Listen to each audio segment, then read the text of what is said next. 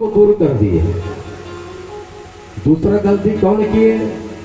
इंद्र है। पहले इंद्र की पूजा होते थे, है। तो भगवान ने कृष्ण को कहे कि बाबा आज कौन से त्योहार है? आज इंद्र की पूजा है, इंद्र की पूजा करते हैं, क्यों? तो नंद बाबा कहे इंद्र की पूजा करने से जल की वृष्टि करते हैं, उससे अन्न पैदा करते हैं, पशुधन का पालन पोषण करते हैं। भगवान कहे इंद्र वगैरह पानी बरसाते नहीं है। तो नंद बाबा कहे कौन बरसाते हैं? हमारे वनस्पति जो है ये वृष्टि करते हैं, उनकी पूजा करो। नहीं कन्हैया, ये हमारे परंपरा चले आ रहे हैं। तो ये बताओ, इंद्र की पूजा करते हो तो इंद्र खाने के लिए आते हैं क्या? नंद बाबा कहाँ ही कन्हैया है, बस उसे दिखाते हैं और स्वयं उसे ग्रहण करते हैं।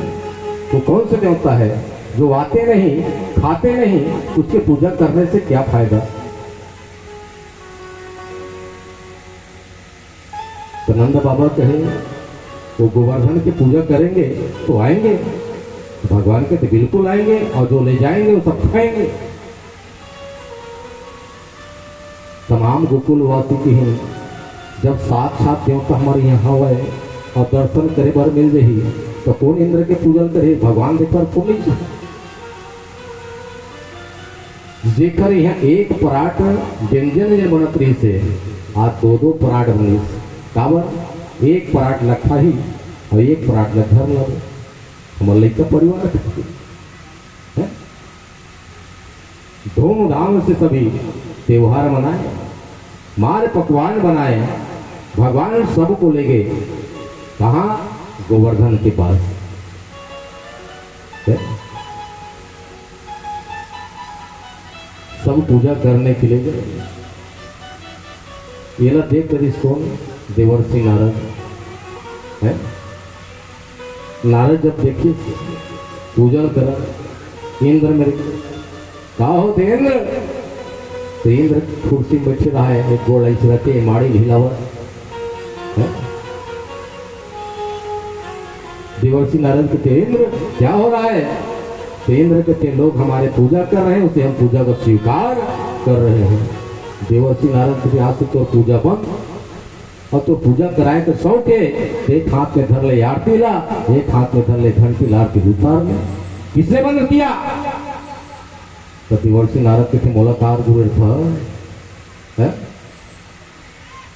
वो कन्हैया आपकी पूजा बंद करके गोवर्धन पर्वत की पूजा करा रहे हैं। आज से आपका पूजा बंद। इंद्र के थे मैं करा बरता हूं, पत्थर बरता बोला था। कथा सुनो, भागवत की कथा है। शीलवर्षाणि पातेन हन्यमानाय चेतनम है। मेघ मेघ है, मेघ इंद्र पूछते का है साथ में? सब कुछ हुआ है। दोनों झगड़ा होते ना, तुम आगे जाना भाई मारे चिन्ह पूरे स्वर्ग मान जान हन के मार में चेत जाए, ऐसे कहते ना हन के मार में। उसी तरह भागवत की श्लोक भी कर रहे हैं, शीलवर्षाणि पातेन हन्यमानाय चेतनम। ऐसे मारवे तो चेत जाए।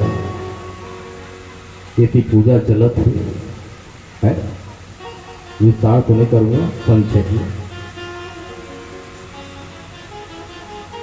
जैसे पूजा हो चलत रही से ओखर बाद भगवान के थे आखिर मुंडो। भगवान के कहूँ देखे भगवान ला तनाखी पोची पड़ गई, फूट गई आँखी बंद हो गई। तो कोनो के थे एक आँखी में देखते भगवान के थे आँखी फूट जाएगा, बंद हो जाएगा। तो गोकुलवासी कहते भगवान ला देखा ना अपन आँखी ला पोची पर आखिर नहीं फोड़ा, सब बंद कर दिए। नाना रूप भगवान अवतार लिए और जितने भी पराठ थे सबको सफाचट कर दिए। भगवान की खोलो, नेत्र खोलो। जब खोले तो देखें एक दाना भी उस परात में नहीं थे, है सब साफ। समझ में आती है? समझ में आ रहा है ना? तो माता मन की चर्चा चलना शुरू हुई। ये का देवता है, एक दाना भी नहीं बचे, पूरा साफ। हमारे घर में लेकर मन भूख मरत, जाके आगे जलावो, फिर बनावो तो हमारे लड़का मन लग फाइबर मिले। तो एक जन पूछे का होगी दीदी, पहली बार भगवान हमारे हाथ से खाए है तो का कहा थे घर में बचा का हो गई ना, देखा से क्या के बोला था है? इस तरह से उनका चर्चा चल रहे थे। इतने में काले काले बादल आए, तमाम गोकुलवासी चर्चा करना शुरू कर दिए। वाकई में हमारे गोवर्धन जो है फुरमानुक देवता है, पूजा किए हैं और तुरंत बादल आ गए, पानी बरसने वाले, चलो जल्दी करो जल्दी करो, है? एक जन माता जब नहीं झुकी पराग के उठाए बार ओखरे एक जगह गिरी से करा करा समझता करा तो देखिए करा तो बगल वाले से कौन करा तो ओखरो करा है। अब करा कौन मेरे गिरते मार्केट में जेन करा नहीं चेने करा है, तो पता चलते कौन करा गिरते। जब करा बरसे प्रचार सबको मार पड़े, सिहरते हुए घर तक आए और घर में आकर के लंबा लंबा सांस लिए। जिन करा के पत्थर के मार खाए हुए तेन जान ही किसे लगते करा के मार के घर में आए, लंबा लंबा सांस लिए, बाँच गेन आज करा हमला कोनो करा के नहीं छोड़े, जिन्हें करने तेने करला सोते है। मेघ वापस दी केंद्र कहते कैसे आ गए, तो मेघ कहते महाराज सब अपन अपन घर में घुस गए हैं, तो अब गिराने से कोई मतलब नहीं है। इंद्र कहे साइज बढ़ा दो, जहां बैठे वहीं अब छोटा साइज बड़ा साइज हो गया है। पहले छप्पर वाले थे, बिल्डिंग थोड़ी है,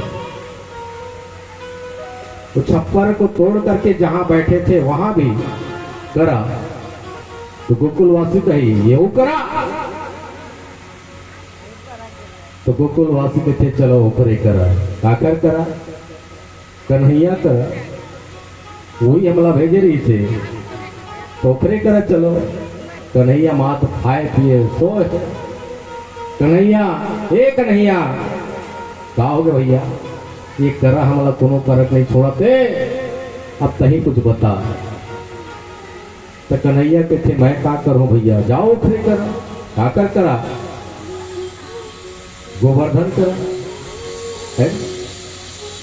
तो तमाम गोकुलवासी को लेकर के भगवान जाते हैं गोवर्धन पर्वत के पास। भगवान कहे चलो गोवर्धन को उठाओ, है गोवर्धन को उठाओ। सभी गोकुलवासी सभी यादव थे, उठाने लगे, लेकिन तीन भर भी ने उसे छड़ा नहीं सके। तो भगवान से गोकुलवासी कहते हैं कन्हैया ये पर्वत उठने वाला नहीं है। तो भगवान कहते चलो मैं भी उठाता हूं। तो भगवान अपने कनिष्ठ उंगली को लगाए, पर्वत आप ही आप उठना शुरू हो गए है? और जब पर्वत को जब भगवान ने जब उठाए, जब का यादव रे में तेंदु कलाठी धरते मोटा मोटा सबको टिका दिए। कन्हैया की कन्हैया अब तो छोड़ दे, अब धरे की आवश्यकता नहीं है। थोड़ा से भगवान ने उंगली हटाई, गोवर्धन पर्वत एक कंगू ऐसे दबाना शुरू कर, एक तरफा तो गोकुलवासी धर धर करेंगे, धर धर धर। अगर पैर नहीं पकड़ भी दादा, हम कोई बचने वाले नहीं है। पकड़ कन्हैया, भगवान ने फिर पकड़ लिया। तो तमाम गोकुलवासी, कन्हैया छोटे से जब तक गोकुलवासी रहे, पूरा गौ धन लेके गए हैं, गौ माता दोहन करें और दोहन करके कन्हैया कन्हैया पी ले बेटा, सूद भी मत बेटा। तो हम सूद गए और कहूँ पर्वत कहूँ ये कांगो कहूँ दबावत है, तो एक निर्वाचन कन्हैया है, सब कर चरण सेवा करत है, शोभे मत बेटा, शोभे मत बेटा, नहीं तो एक निर्वाचन है। तो इंद्र ने कौन सी गलती की? वर्षा तो किए, शिला का वर्षा भी किया, लेकिन तमाम गोकुल वासु के भगवान के चरणों में ले जाकर के डाल दिए, इसलिए इंद्र को भगवान माफ कर दिए है। लेकिन ब्रह्मा को माफ नहीं किया, क्योंकि भक्त से भगवान को दूर कर दिए, दोनों को दूर कर दिए है ना। इसलिए कभी भूल करके किसी भक्त के ऊपर कोई प्रकार की रुकावट नहीं आना चाहिए है? जो भगवान के भक्त को दूर करता है उसे मेरे देवादेव कभी माफ नहीं करते हैं। दूसरा गलती यह है, भगवान जब पूजन कर रहे हो, चंदन लगा रहे हो, बेलपत्र चढ़ा रहे हो, जब तुम्हारे भीतर अहंकार अगर भरा हुआ है, काम क्रोध लोभ मत्सर अगर भरा हुआ है, और उसे लेकर के उठोगे तुम्हारे पूजा में तो फल मिलने वाला नहीं है। जब भी पूजा करने बैठे तब अपने अहंकार को वही छोड़ करके उठोगे, तब पूजा का फल हमें प्राप्त होगा। तीसरा कारण यह है, भगवान की सेवा आप तो कर रहे हो, उनकी हम चाकरी भी कर रहे हैं, उनकी आराधना भी हम कर रहे हैं, धूप बत्ती जला रहे हैं, दीप जला रहे हैं, फूल चढ़ा रहे हैं, दूध चढ़ा रहे हैं, जितनी भी वस्तु है सबको भगवान शिव को हम अर्पण कर रहे हैं। और पूजा करके उठने के बाद किसी के हम दिल को दुखा दिए, किसी को अपशब्द बोल दिए, तो पूजा करने से कोई फल मिलने वाला नहीं है। हमारे शास्त्र कहता है जल भी नहीं चढ़ाओ चलेगा, बेलपत्री मत चढ़ाओ चलेगा, लेकिन कोई दुखी व्यक्ति अगर है तो उसके चेहरे में अगर प्रसन्नता ला देते हैं तो दीप जलाने का फल हमें प्राप्त हो जाते हैं है? किसी गरीब दुखी के चेहरे पर अगर प्रसन्नता ला देते हैं तो वस्त्र दान करने का फल हमें प्राप्त हो जाते है? तो केवल पूजा करने से फल नहीं मिलता, किसी की सेवा कर देने से, दुखी व्यक्ति की सहायता कर देने से वह फल हमें प्राप्त हो जाते हैं। चौथा कारण यह है, घर में मंत्र का जाप करते हैं, स्मरण करते हैं, माला जाप करते हैं, लेकिन घर में कोई अलग मंत्र का जाप करे, अलग अलग मंत्र का जाप करते हैं, उसके नकारात्मक शक्ति जाकर के टकराने लग जाते हैं, दोनों शक्ति टकराने लग जाते हैं, वहां से हमें हानि पहुंचने प्रारंभ हो जाती है। जैसे कहीं न कहीं गलती हो जाते हैं पूजा पाठ में। नवरात्रि के समय एक व्यक्ति ने दुर्गा सप्तशती का पाठ कराया। हर नवरात्रि पर जो है अखंड ज्योति जलाते, 9 कन्या को खिलाते, हवन कराते, लेकिन जैसे नवरात्रि बीतते उनके बच्चे, उनकी पत्नी जो है चल बसती। इस व्यक्ति ने 4 विवाह किया और जैसे नवरात्रि आते दुर्गा सप्तमी का पाठ कराते उनकी पत्नी का जो है मृत्यु हो जाती। ये व्यक्ति परेशान हो गया।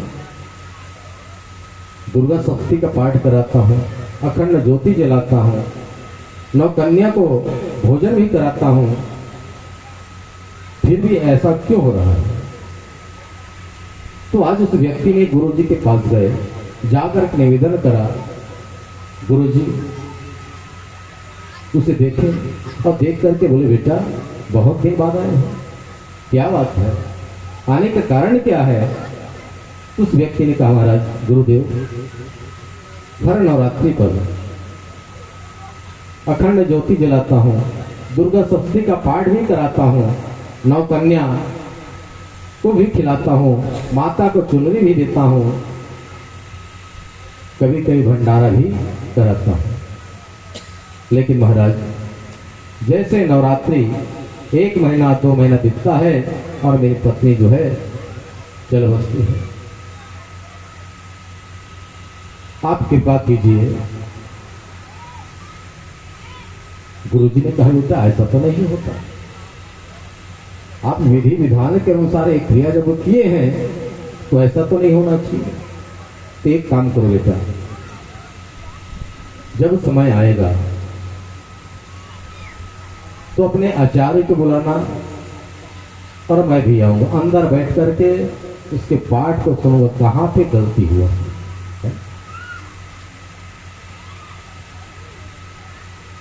गुरुजी अंदर जाकर के बैठे, आचार्य जो है पाठ करना आरंभ किया।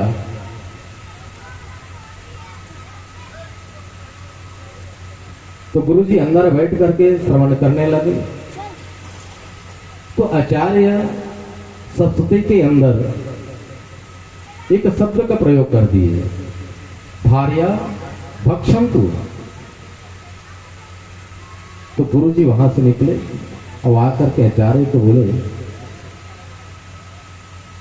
कि पंडित जी जो भार्या भक्षन्तु को जो शब्द जो बोल रहे हैं इसके जगह भय शोक जो शब्द है उसको जोड़िए, ये वास्तविक भाव है। भय शोक को आप भार्या भक्षन्तु कह करके आप बोल देते हैं और 1 महीना 2 महीने की पत्नी को मृत्यु हो जाती है। आप इस शब्द को सुधारिए। उस ब्राह्मण ने फिर उस शब्द को भार्या भक्षन्तु छोड़ करके भय शोक से हमें मुक्त कीजिए, जब इस शब्द का जब प्रयोग किया तब उसकी 5वीं पत्नी जो है रही। अनुष्ठान तो करते हैं, कहीं न कहीं वहां जो है हमें चोटी भी